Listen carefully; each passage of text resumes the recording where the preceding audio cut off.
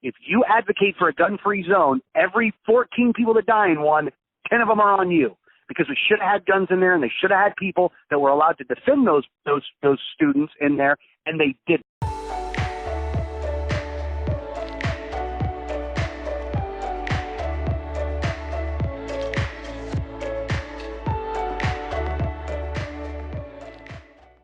All right, well, it's exciting to kind of dust off the old school news talk interview segments that we were doing for a while way back in the day in different radio formats, and I want to get into a topic about the Florida Supreme Court. They struck down basically a major reform for what, quote, are called assault weapons here in Florida.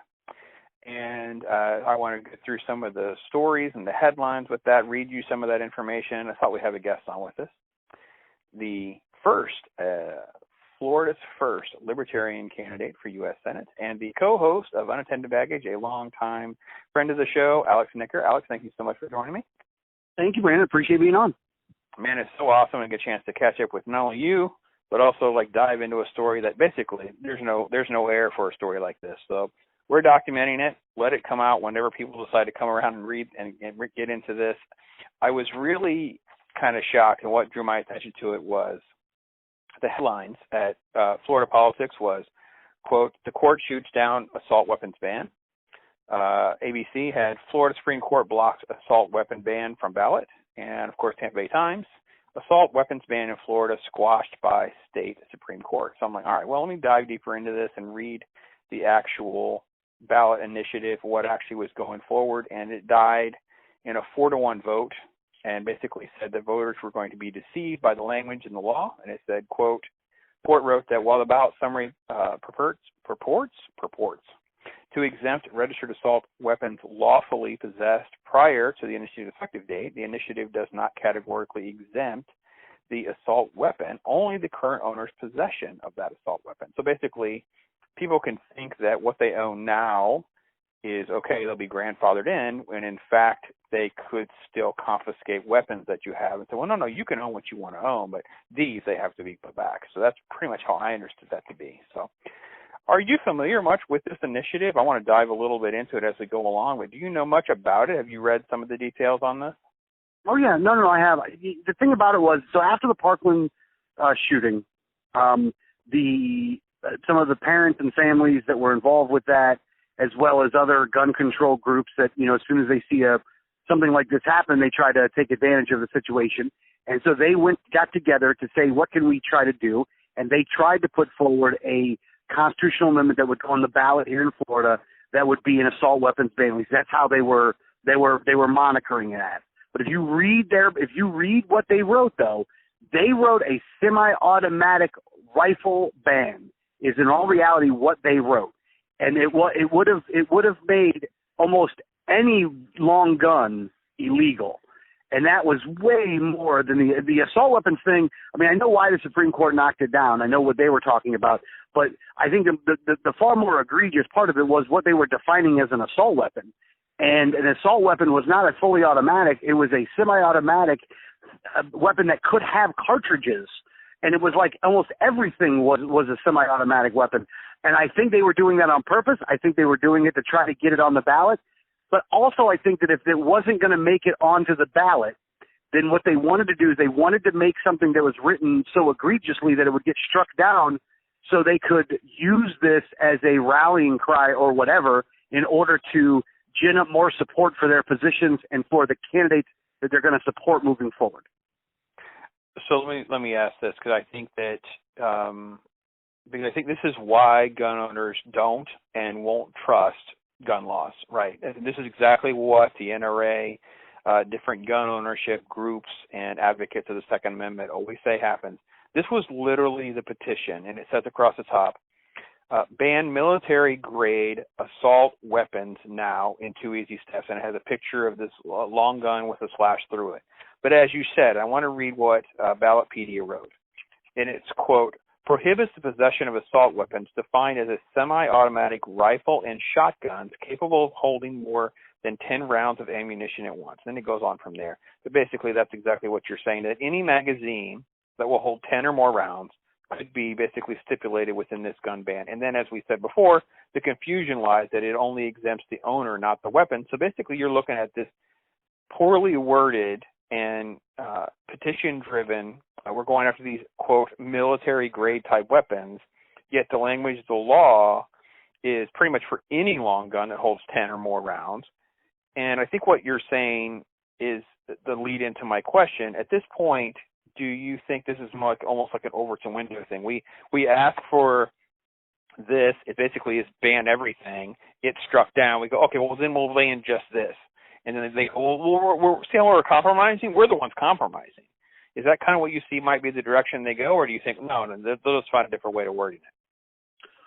Well, okay, I kind of agree with you a little bit on that, but I think that is a secondary ulterior motive to it. I think that the bigger motive is to use this as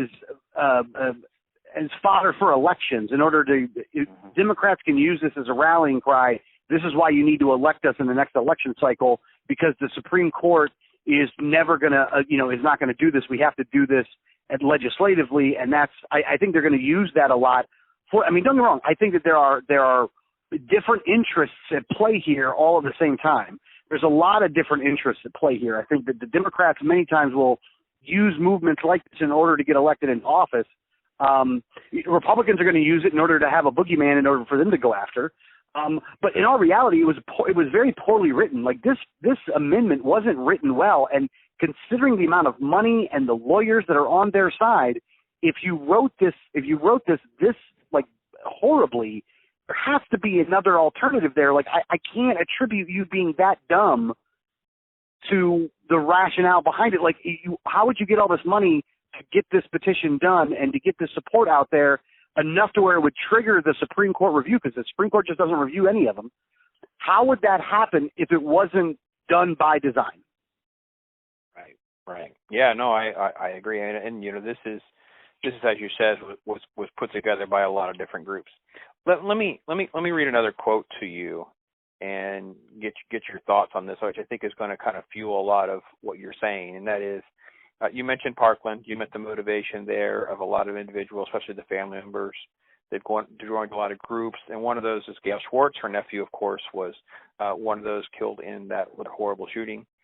The Supreme Court, now controlled by the NRA in the same way our governor and our legislature, has fundamentally failed the people of Florida, she says in her press release. Is that, okay, everything you said talked about the wording of this. That is how I read it as well. Like, wait, this is so deceptive. She goes to the fundamental, the NRA boogeymans of DeSantis, your Florida legislation, and then, of course, the Florida Supreme Court. What is sort of like the political structure of all of that and the role of the NRA, even in Florida politics, to be a partner in making this go away at this phase? Because it seems like we're still very early on in the phase with this.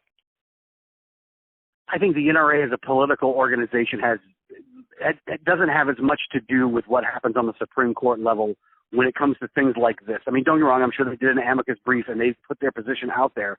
But at the same time, what is the NRA in all reality other than an organization, the largest organization of gun owners across the country? So whenever she says NRA, what she really means is gun owners. Gun owners have control over DeSantis. Gun owners have control over the Florida Supreme Court or whatever. That's really what she's doing. Instead of being able to say, I'm opposed to these other citizens owning and possessing firearms, and I would like to use the force of government to have those weapons confiscated, which definitely isn't very palatable, even though that's exactly what she means. Now, don't get me wrong. I do feel for the woman. I really feel bad that she has a relative that died in Parkland, but her relative dying in Parkland does not mean that you get to send police to my house with guns to confiscate my weapons because they're too scary for you. In all reality, the real problem and why all those kids died in Parkland has more to do with the fact that we have gun-free zones and not that we have too many guns. The thing is that the real problem is that we are allowing kids in gun-free zones where they could go in there and start shooting and killing at will, and there's no problem whatsoever. Like then we have a scared cop that's a coward that wants to that's supposed to man the place. How about we have people that are carrying concealed there so the shooter wouldn't know where the resistance is going to be at? Most of these shooters are cowards, so in all reality, it would deter a lot of this stuff from happening. The real solution isn't even one that we're discussing in this, because all they're trying to do is ban weapons. And I mean, I think the thing is this: you want to blame the NRA. In all reality, what you're doing is you're actually blaming lawful gun owners, is what you're blaming. And the NRA is milquetoast as an organization at best. Nope, toast. Alex Snicker breaking it down for us. You blame the NRA, you're basically just blaming gun owners. I think that is a very, very fair assessment. I think that really is maybe the underlying theme and motivation behind Gail Schwartz and her comments. You know, Alex, I want to ask you, because, you know, with your experience working in Tallahassee, you know, trying to kind of, I don't want to say lobby, but just kind of make influences on votes and reach out with different politicians, those kinds of things here in Florida. They made their comment definitely at the bottom of one of the reports. They're talking about that they'd raised $2 million to get it to this point. Of course, they kind of have to go back to square one, that kind of thing. Is $2 million the amount of money it takes to kind of get this kind of thing to that amendment level? I mean, does it take that much cash to sort of kind of pull something like this together? Yeah. Oh, yeah. No, it takes a lot of money to get a ballot initiative on the ballot. It takes a lot of money. I mean, unless there is an overwhelming amount of support out there that is active support. And let me explain the difference between it. Is that in order to get a petition on the ballot, you have to go out and collect signatures. Now, you have to collect a lot of signatures. And typically those signatures are collected by people that are being paid in order to collect those petitions. So you really have to have paid people to do it. So a lot of that money is actually going towards people that are going to walk out there and get the petitions done themselves, because I really don't care what the initiative is. There really isn't a support out there where people are just, well, let me go to the online and print this thing out and sign it and send it back in right away. Like, not nearly enough people do stuff like that in order to get something onto the ballot. I don't care what the issue is. And because there's a couple different ways to get this on the ballot, one of them being the petition process, and that's the only way that was viable for this. Like, the legislature was never going to put this on the ballot. The commission that met every 20 years wasn't going to put this on the ballot. Like, the only way this is going to be done is going to be through citizens initiative, where they're going to go out and get the petitions done. The only way they're going to get done is this. So, I mean, we'll see what happens in the 2022 cycle, but I think that they had one shot at this. I think that they screwed it all up. I still think that they got some of the stuff they wanted out of it anyway, so I don't know how effective it'll be for 2022, depending on who wins the president. I hate to say this because it sounds a little weird to say it this way, but I think depending on who wins the presidency and what the makeup of Congress and the Senate is, may add some fuel to the fire to get them going. But I really don't think so. I really think at the end of the day, they were going to strike while the iron was hot. They screwed it up, and I don't think they're going to get anything done with it now. Let me ask a little bit more on the financial part of that kind of thing. So, again, it is true, though, right? So they basically, like, the $2 million is pretty much shot. They paid all these people. They've gathered signatures. They move it along. Supreme Court says nay, nay. The nay strikes it down. That's just money gone, right? There's probably how did they create a PAC or a fund? How do they sort of like raise money for that initiative? Is it done through the groups themselves? I mean, how does the money move around for these types of initiatives? Well, they form some kind of a political action committee, and then the money gets funneled into that political action committee and out from there. And if they were paying petitioners, then they were getting paid through that political action committee, or through I forget exactly what they call it. I don't think it's actually called a PAC. But they do form a committee, and they run it through there. There's other organizations that can help as well, and they can also funnel money over to the main organization that's running the ballot initiative. So imagine that every town, or whatever the name of the gun grabbing group that was really behind it, they funneled money into the Florida organization in order to go out and get those petitions done. So yeah, the money, more than likely, the money was already spent. They may have more money left, like they may not have spent all their money, but I would imagine they probably spent most of their money, and they're going to have to start over. But I mean, the one I hate to say positive for them is negative for every law-abiding gun owner in the country. But the one positive thing for them is that I think there's a lot of money, you know, between what Bloomberg spins and what there's a lot of gun-grabbing organizations out there that want to see these things get on ballots.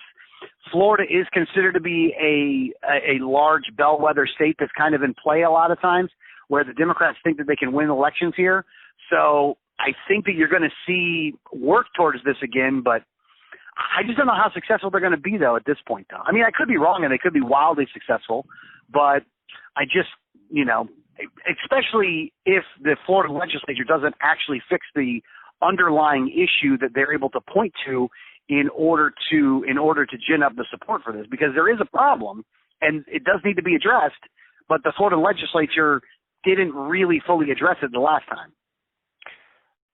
Let me ask you about, like, what happened after Parkland, because I thought there was some sort of legislation or some sort of move that they did, even if it was rather watered down, talked about maybe security cards being there, different things. I don't really know exactly what was done.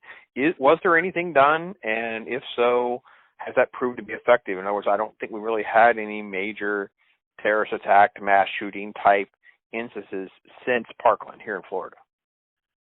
No, so I think it was SB 7026. It was like the Parkland bill that they did. So they did do a bill. That bill made it illegal for 18-year-olds from 18 to 21 in order to purchase long guns, unless it was given to them by like a relative or something like that. There was a lot of school things, a lot of some different school resources that they've allocated. They did start the Guardian program. The Guardian program is a double opt-in program where the sheriff has to opt in and the county school board has to opt in for it. And what that is, where they put, they allow for teachers to carry concealed in the schools.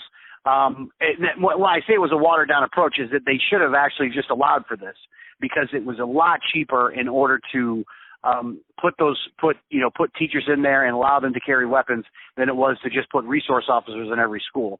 I think they did add money for the school resource program as well, and they heightened the red flag laws. They put a lot more into the red flag laws, which, that's another thing I wasn't necessarily solving the problem, but it was one of the things that they were really crying for. Now, I will say this for the Florida legislature: there's a lot of people on the right, the pro-gun people, that were very angry with the Florida legislature for what they did. And while at the end of the day they did what's the word for it? They did capitulate to some things. What they did do, what I would say is what most of the time politicians do, is they do the least amount that they have to do in order to get people to go away. And I think that's what the Florida legislature ended up doing, that they didn't really want to do any of it, but they did the least amount that they had to do in order to get it solved. But until you eliminate schools being gun-free zones, you're really not going to solve the problem. The problem is that we have gun-free zones where people that want to kill a lot of people know about it and will be able to go out and get a weapon, because, again, murder is against the law. It's not like the law is the problem here. It's not like we got to add more laws and all of a sudden people are going to be like, well, I would have gone and killed all those people, but since, now there's a ban on getting weapons from 18 to 21, I see the error in my ways now and I'm not going to do it. Like, it's idiot thinking to think that that's going to happen anyway. So in all reality, what needs to happen is we need to much better arm the teachers and the personnel in those schools so when something like this happens, they don't kill nearly as many people. And if you look at the statistics, if you do a mass shooting in a gun-free zone, the number of people that die on average is 14. If you do one in a place where they allow for concealed carry and someone's able to meet them, right then and there on the spot, the average number of people that die is 4. Those 10 deaths are on every person that advocates for a gun-free zone. If they want to talk about blood being on the hands of people, if you advocate for a gun-free zone, every 14 people that die in one, 10 of them are on you. Because we should have had guns in there and they should have had people that were allowed to defend those students in there, and they didn't. Because the thing about it is this, and again, I hate to go cliche on everything, but when seconds count, the police are minutes away. And you cannot wait for the police to show up in order to stop an active shooter. It has to be done by someone there who's armed, who's able to stop it. And I just wish that they understood that. And it's too many times that we have a Republican legislature that won't actually go all the way, a Democrat legislature that wants to take all the guns away, and neither side is able to actually solve the problem. That's a good stuff. Alex Snitker, co-host of Unattended Baggage. Folks, tell everybody where they can get plugged in with that. Listen to your show. It's every Saturday, I believe. So get everybody caught up on how to follow Unattended Baggage, plug in with you guys, and support your show. Oh, yeah. So it's unattendedbaggageradio.com. You can go to that website, or you can go to Facebook and put in Unattended Baggage. We're on Patreon. We're on Podbean and all the good social media platforms. You're right. New episodes do post every Saturday is when they post out. And me and Adrian have a good time and thoroughly enjoy being able to do the show. It was fun being able to talk to you today. It is always good to talk. We'll get those links and information from Adrian put in the bottom of this for you, so you're catching this interview and get plugged in with him. Thanks again to Alex Snitker for his time. We'll try to have him back, talk about topics like this, especially the ones that get into Florida politics and Tallahassee and all of their shenanigans. As I know I cannot keep up. Sorry, folks. Thanks again for your time.